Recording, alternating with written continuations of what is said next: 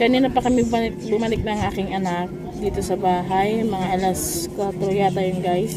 Ngayon guys is tapos na ako magluto ng paksiw. Yan.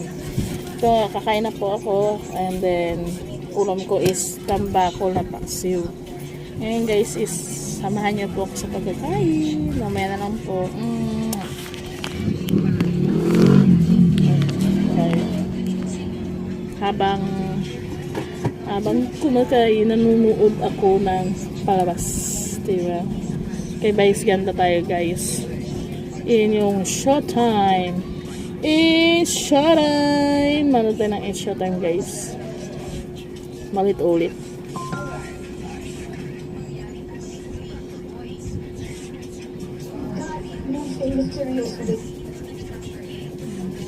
Ay, sorry.